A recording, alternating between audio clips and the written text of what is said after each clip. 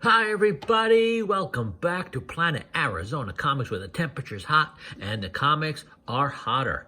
If you remember my video from last time, I told you guys I had some mail calls coming and they have arrived. I'm really excited to show you guys what I got. I also have some IO4 books for you. Those are some books I think you should keep an eye out for. We're back to DC Spec, yes. Everything's cyclical. Marvel's been on top for a long time, but now with James Gunn taking over the DC film universe, might be time to start looking out for some DC keys while you're doing your searches.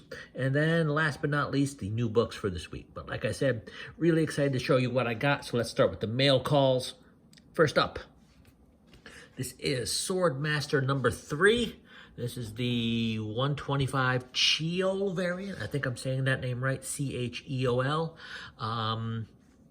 This was a very low printed issue to begin with. Number 3 had a print run under about 15,000. So you do a 125 on top of that, and you're talking maybe 600 copies of this available. Swordmaster is part of the new Agents of Atlas. Marvel is looking to expand their properties worldwide. New Agents of Atlas are kind of like an Asian Avengers team, and he's kind of like the Wolverine of the group. He's the kind that doesn't play well with others. He's also the new Iron Fist, so I think he could be a pretty popular member of that team once they come to the MCU, and very excited to have this. Also, shout out to Bird the Nerd, who of the Tales from the Flip Side channel. He and Bad Boy Nerd do the Nerd Bird show on Wednesday afternoons, early evenings on YouTube. So if you want to check them out, highly recommended. I caught an IG post from Bird a week or two ago involving this book. Was able to go find a copy for a little bit cheaper than the one that he posted, and also a little bit higher grade too. It's not a 9.8. It's got a little spine tick right here, which you can see. But like I mentioned, very hard to find this book. Big thanks to Bird for the heads up on this. So very excited to own a copy of this. Next up, a book I've been looking for a while. Never made it down to the shop that day the day that it came out. It's a 9.8 copy of Venom number 3. This is the first appearance of Null. Will that stay up there? Like I said, I've been looking for this for a while. Prices have come down on this a lot over the last year. I was looking at the beginning of the summer, or just before summer, in May, and I was looking around $300, and I wasn't able to find a copy for that cheap at that price. I kept getting sniped. It kept going for like $320, $335, blah blah blah. Then I kind of forgot about it, and a good thing I did, because I got this copy for $235. Like I said, prices have come down a lot. But if you saw the news, Venom 3 is, the cogs are starting to move on Venom 3. And when you think Venom, Null's got to be around at some point, right? Thinking about Venom, I'm not the biggest Venom fan, but who else does Venom have beside Carnage and Null? So this could be a very good time to pick up a copy of this if you don't own it. So happy to have this. And the last mail call. Wow, am I happy to have this. This is a 9.8 copy of Vader III. This is the 4th print. I already have a 9.8 copy of the first printing. There are 4 printings to this. The big difference between this and the first print is that there are about 4,000 9/8 of the first print, and there's only about 143 of these, because the first printing's around 82,000, second printing, third printing's around just under 7,000 for the third printing. I haven't been able to find a print run for this, but if third printing's under 7,000, this is probably under 6, maybe under 5. Not easy to find, and I feel Aphra is just a monster waiting to happen. First appearance of Dr. Aphra, 000 and BT1, the murder droids. They're a real fun part of the a fun part of her group.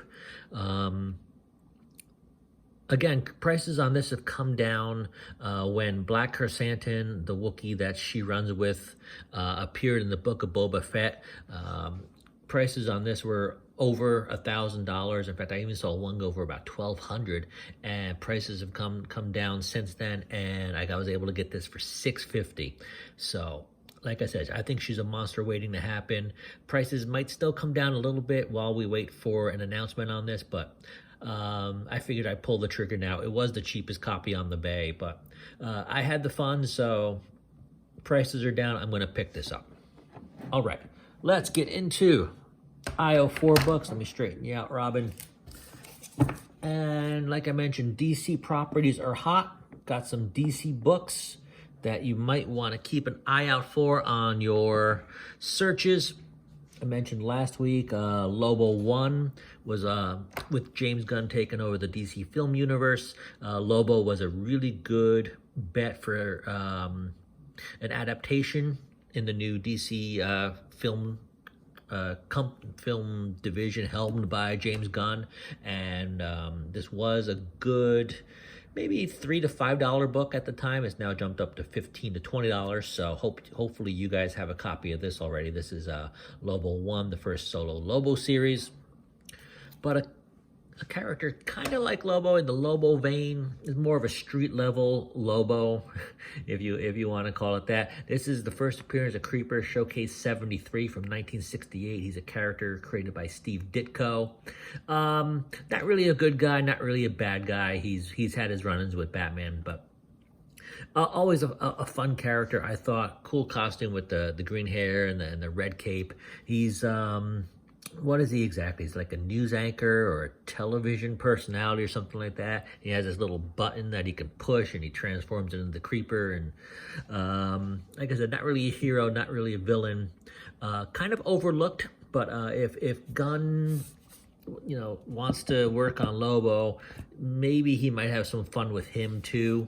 Don't know where he would fit in, but like I said, kind of an overlooked character. I always liked him when he had some appearances in the 80s Justice League. Book from 1968, so high-grade copies of it aren't going to be that cheap, but you can still find high-grade raw copies for in the $75 range. So with DC being DC properties being on the rise, might be a good book to keep an eye out for. Moving up a couple years later, you got Jack Kirby's Demon #1. This is the first appearance of the Demon Etrigan. This is a nice copy too. I don't want to pull it out of the bag and blah blah blah. But one of my first when I got back into the hobby, a mistake I made was nowadays whenever I take a book out of its packaging, I always fold the tape down. And I didn't do that with this book, and there's a little bitty tape pull, like right in the middle of the back there. Anyway, book from 1972, I believe, Demon #1. He's been part of Justice League Dark for the last couple of years. Again, kind of an outside the box kind of who might be coming. Kind of a cult classic, kind of a cult favorite. So. Again, 1972, not easy to find a high grade. If you do, high grade raw copies will run you about $100, but might be worth keeping an eye out for that. And I mentioned Demon's part of Justice League Dark. I know J.J. Abrams has been attached to this in the past. Guillermo del Toro was rumored a long time ago, maybe 7-8 years ago. I could definitely see them, DC, moving forward with the Justice League Dark project now. They've always been like the mystical Justice League that takes care of supernatural incursions, kind of like the way Doctor Strange and the Defenders were for Marvel.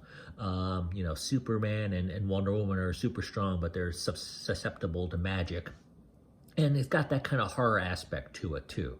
So prices of this have come down. You can probably find a nice high-grade raw copy, as it's more recent. I believe it's 2011. Was this? This is a new 52, yeah, so this would be like 2011, 2012. You could probably find a nice high-grade copy for like 15, 20 bucks.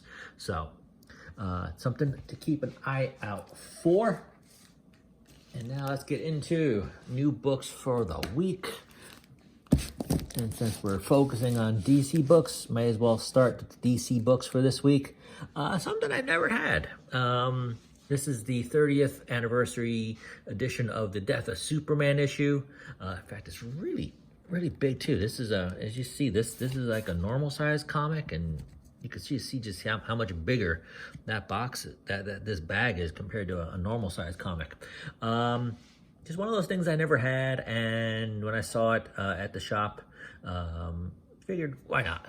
I'm probably never going to take it out of the bag, but I have a regular copy of Superman 75. But nostalgia, always fun in my opinion. Nice House on the Lake number 11. Oh boy, we're coming up to the end. I think it's got one more issue after this, and this is kind of dragged out for a long time. What are we going on? Like I think over 18 months now since the first issue came out. And this is kind of like getting to the point of Batman, Catwoman, and Doomsday Clock, where it goes on forever and kind of lost a lot of momentum. But issue 11 of Nice House on the Lake, Amazing Spider-Man number 13. I originally thought this was End of Spider-Man Part 2, but it's really Spider-Man Part 2. Kind of thought I missed the first issue of End of Spider-Verse, and did I miss? No, but it's Spider-Man 2.